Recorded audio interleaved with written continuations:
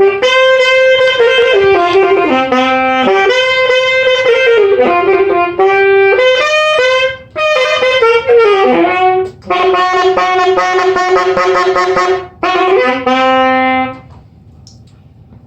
was 24 years ago that I started learning to play the saxophone. The first experimental notes I was able to accomplish on this instrument sounded more like a cross between a boy in puberty and a flock of dying geese. No one would particularly call that music, unless, of course, you're the geese. However, it would take 5 years to get from where I started to what I've just played.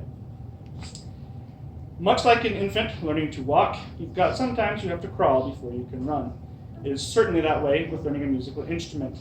One of those first crawling moments actually occurs when you're trying to learn how to read the music.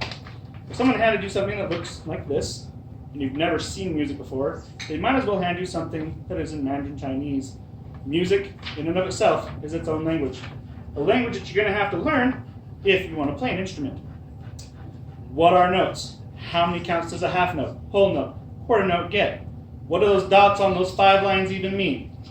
Today, I want to discuss how I learned to play an instrument and the benefits that I've experienced because of it. As I said earlier, the first things you have to know in order to learn to play an instrument are reading music. We discuss what are notes and how do they relate to one another. There's different types of notes, each one with its own amount of counts that it gets per measure. Whole notes with 4 counts, half notes with 2 counts, quarter notes, eighth notes, 16th notes, 32nd notes, and even dreaded, ridiculous 64th notes. That's 64 notes in a 4-count measure. Not a very easy thing to do. But if you stop and you think about what those notes are and how they relate to one another in terms of timing, a quarter note, 1 count in a 4-count measure. An eighth note, 8 notes in a 4-count measure. In reality, those notes are just fractions. When you start playing music and you're learning with those notes, you are in fact doing math in your head continuously.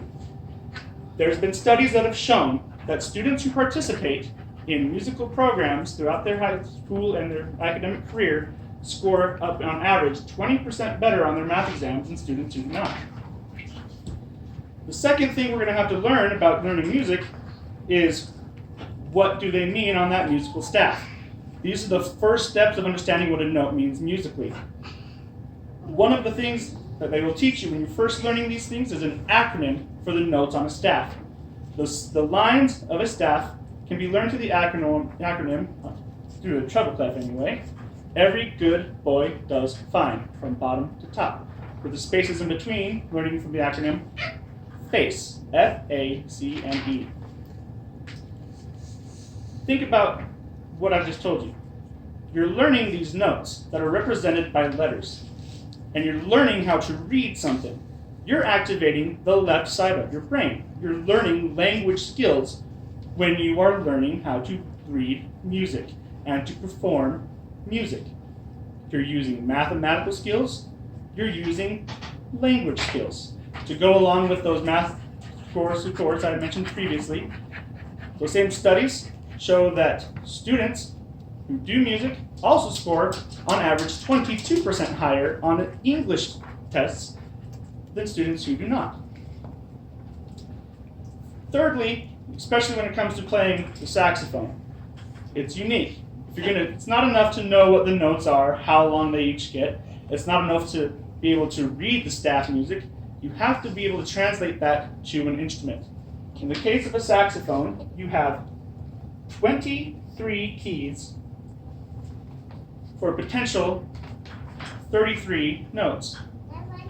This is a rough diagram, but I've brought one for each of you today that symbolize the keys on a saxophone and how you have to input fingerings in order to produce a note.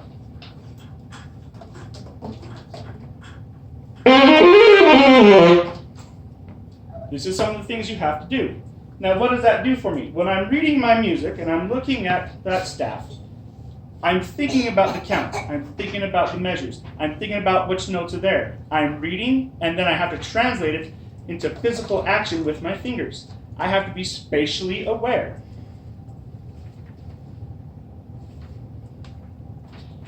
So, we've activated mathematical centers in our brain, language skills, and spatial awareness, all while playing music. Simultaneously, these things all happen.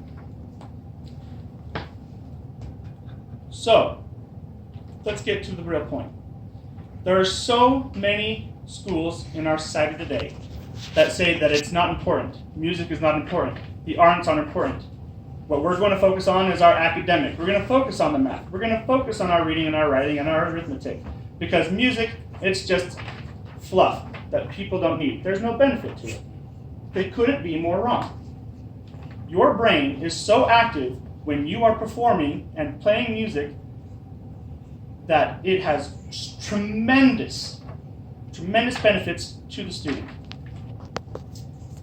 I've been lucky in my life in order to get to learn to play an instrument. There are so many mental benefits and academic benefits. Music is academic. That's not even to say some of the social benefits.